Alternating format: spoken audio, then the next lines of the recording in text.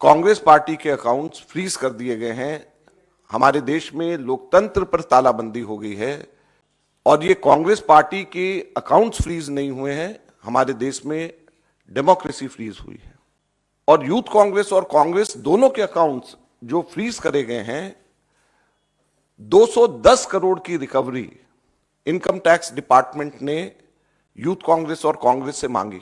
210 करोड़ की कुल रिकवरी कि अगर अकाउंट फ्रीज होने चाहिए तो जो अनकॉन्स्टिट्यूशनल कॉर्पोरेट बॉन्ड्स जो बीजेपी ने अपने खाते में डाले हुए हैं, वो बीजेपी के अकाउंट सील होने चाहिए, वो फ्रीज होने चाहिए, जिसके बारे में सुप्रीम कोर्ट ने कहा है कि ये अनकॉन्स्टिट्यूशनल है।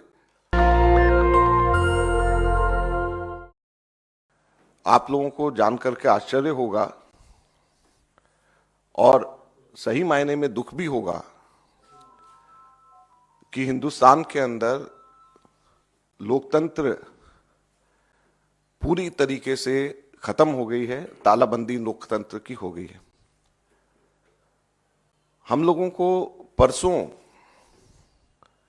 ये जानकारी मिली कि जो चेक हम लोग इशू कर रहे हैं वो बैंक्स उस चेक को ऑनर नहीं कर रहे हैं। उसके ऊपर जब हम लोगों ने आगे छानबीन करी तो हमें बताया गया कि देश की मुख्य ऑपोजिशन पार्टी के सारे अकाउंट्स फ्रीज कर दिए गए हैं। कांग्रेस पार्टी के अकाउंट्स पर तालाबंदी हो गई है। कांग्रेस पार्टी के अकाउंट्स फ्रीज कर दिए गए हैं। हमारे देश में लोकतंत्र पर तालाबंदी हो गई है और ये कांग्रेस पार्टी के अकाउंट्स फ्रीज नहीं हुए हैं, हमारे देश में डेमोक्रेसी फ्रीज हुई है। हैरानी की बात यह है कि जब 2 हफ्ते केवल यह हफ्ता चुनाव घोषणा के लिए रह गए हों, ऐसे समय में प्रमुख ऑपोजिशन पार्टी के अकाउंट फ्रीज करके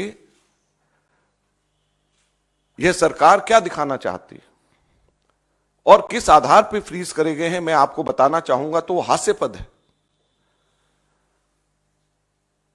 और ना केवल कांग्रेस पार्टी के, कल शाम को यूथ कांग्रेस के भी अकाउंट फ्रीज कर दिए गए और यूथ कांग्रेस और कांग्रेस दोनों के अकाउंट्स जो फ्रीज करे गए हैं, 210 करोड़ की रिकवरी इनकम टैक्स डिपार्टमेंट ने यूथ कांग्रेस और कांग्रेस से मांगी। 210 करोड़ की कुल रिकवरी। और यह पैसा किसका है? यह कोई धनाढ्य पूंजीपतियों का पैसा, कॉर्पोरेट टैक्स का पैसा नहीं, कॉर्पोरेट बॉन्ड्स का पैसा नहीं है। ये पैसा जो कांग्रेस पार्टी के अकाउंट्स में है वो ऑनलाइन जो हम लोगों ने क्राउड फंडिंग जो करा है उसका पैसा पड़ा हुआ है। लगभग 25 करोड़ रुपया हमारा इकट्ठा हुआ है, जो हमारे देश के अंदर, जिसमें 95% से भी ज्यादा पैसा 100 रुपए से भी कम यूपीआई से लोगों ने जमा कराया है। यूथ कांग्रेस का जो पैसा है, यूथ कांग्रेस की मेंबरशिप ड्राइव का पैसा है और वो पैसा इनकम टैक्स ने, भारत सरकार ने फ्रीज कर दिया है। हैरानी और दुख की बात है। और दूसरी तरफ जो कॉर्पोरेट बॉन्ड्स का पैसा जो सुप्रीम कोर्ट ने जिसको अनकॉन्स्टिट्यूशनल कर दिया है, वो भारतीय जनता पार्टी के पास में वो पूरा पैसा है और उसको वो खर्च कर रही है। तो लोकतंत्र कहां पे हमारे देश के अंदर जिंदा रहेगा?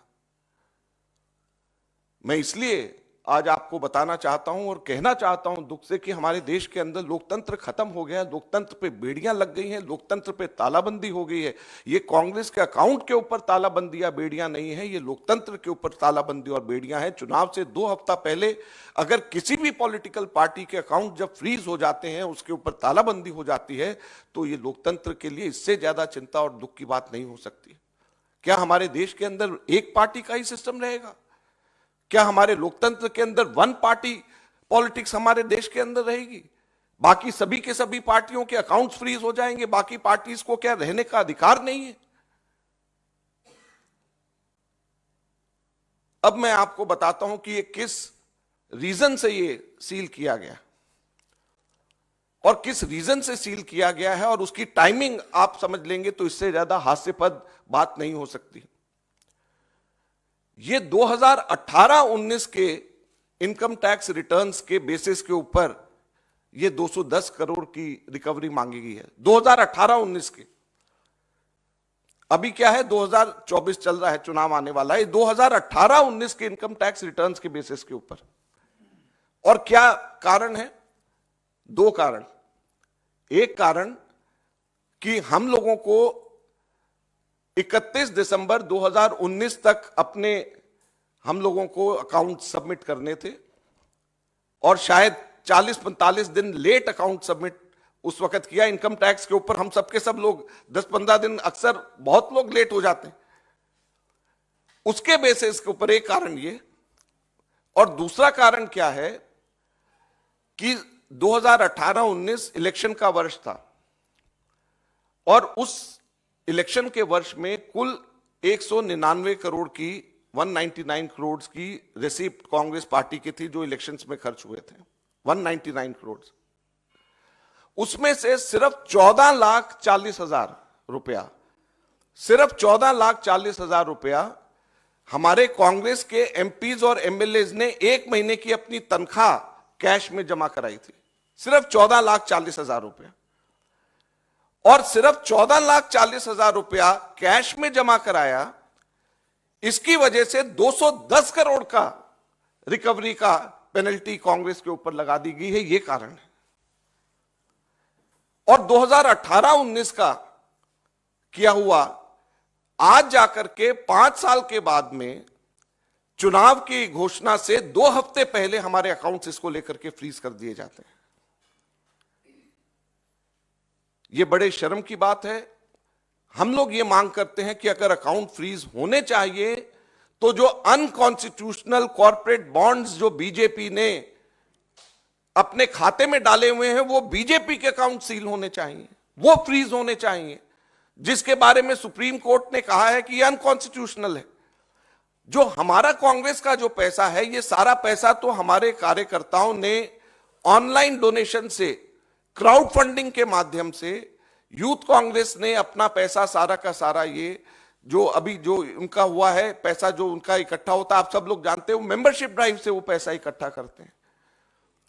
तो जो क्राउड फंडिंग से जो पैसा इकट्ठा हुआ है, जो ऑनलाइन ड्राइव से हम लोग कर रहे हैं, और जो यूथ कांग्रेस मेंबरशिप ड्राइव से जो पैसा इकट्ठा कर रही है, उसको इनकम टैक्स और बीजेपी की सरकार किस तरीके से सील कर सकती है, ये बड़े दुख की बात है, चिंता का विषय है। हम लोग अक्सर यहां से कहते हैं कि डेमोक्रेसी हमारे देश के ऊपर उसमें बेड़ियां लग गई हैं।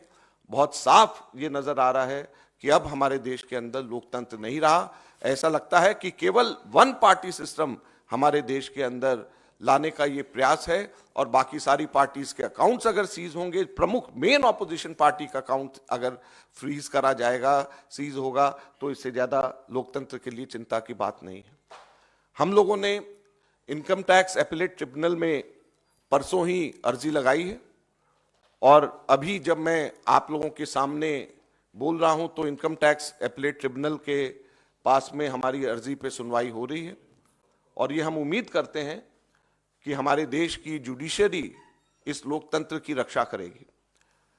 हमारा पूरा भरोसा हमारे देश की जुडिशरी पे है और हम उम्मीद करेंगे कि हमारे देश की जुडिशरी लोकतंत्र के ऊपर जो ये हमला हुआ है और लोकतंत्र को बेड़ियों में बांधने की जो कोशिश हो रही है, इससे इन बेड़ियों को खोलेगी और लोकतंत्र को हमारे देश में वापस बहाल करेगी। अब हमारे को जुडिशरी के ऊपर ही भरोसा है। कांग्रेस पार्टी आगे आने वाले दिनों में सड़क पर उतर करके लोकतंत्र की रक्षा करने के लिए लड़ाई लड़ेगी। मैं आज ही अभी यहाँ से निकल करके राहुल गांधी जी से मिलने के लिए जा रहा हूँ, उनको मैं पूरा ब्रीफ करूँगा और मैं उम्मीद करूँगा कि आप सब लोगों का, मीडिया का खास तौर के ऊपर इसमें सहयोग हमारे को मिले और आप जनता तक के सही बात बताएं, जुडिशरी हमारी रक्षा करे और कांग्रेस पार्टी सड़क के ऊपर उतर करके इस लड़ाई को लड़ेगी। धन्यवाद। नेशनल दस्तक की आपसे गुजारिश है कि अगर इसको बचाना चाहते हैं तो नेशनल दस्तक को सब्सक्राइब करने के लिए रेड कलर के सब्सक्राइब बटन को दबाएं, फिर बेल आइकन की घंटी दबाएं। नेशनल दस्तक को बचाने के लिए बहुत जरूरी है कि हर खबर को शेयर करें, लाइक करें, कमेंट जरूर करें।